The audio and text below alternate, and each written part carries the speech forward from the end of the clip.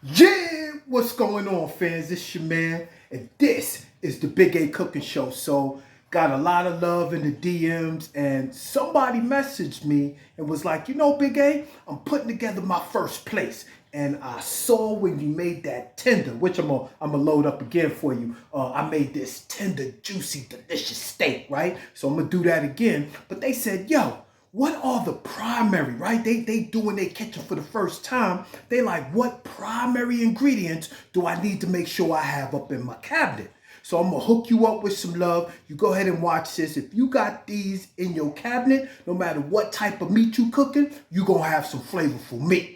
This here is the Big A Cooking Show. Top ingredients to keep in your cabinet.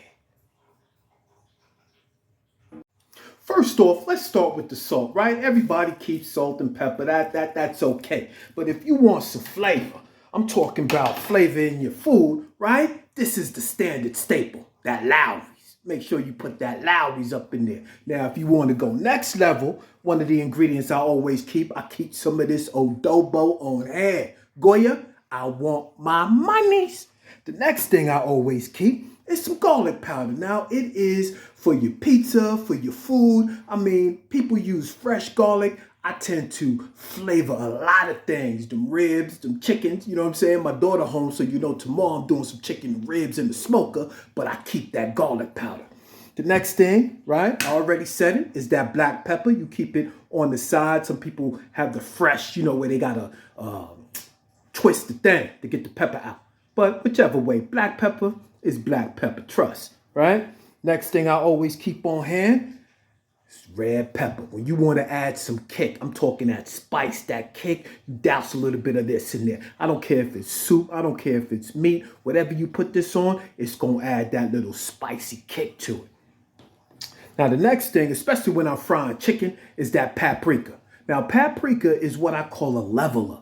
Once you put it on something, not only is it going to darken the meat when you're frying, but it's also going to level out your flavors. So think about paprika. You ain't got to go heavy, but trust, keep it up in your cabinet. And then lastly, and this is what I like, some people got basil, oregano, right? I always keep some fresh oregano, especially when we're doing that pasta, right? You want to sprinkle some of this up in your meat and your sauce, right? It just adds that authentic flavor up in the sauces and stuff. But that is the basic staple. I mean, you do this, you're going to have flavorful meat. Now, there are some things you can do. There's exotic, what I call seasonings, right? They're all-in-one type blends.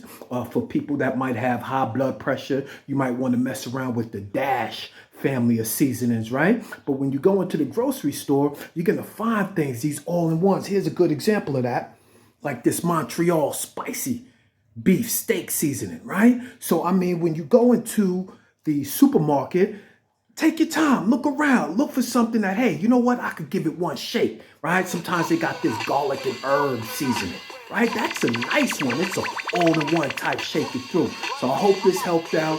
Go ahead, you stack up your cabinet, and when you come back, I want you to watch because I'm going to do another tender steak and ribs tonight in the oven. We about to eat like kings up in here.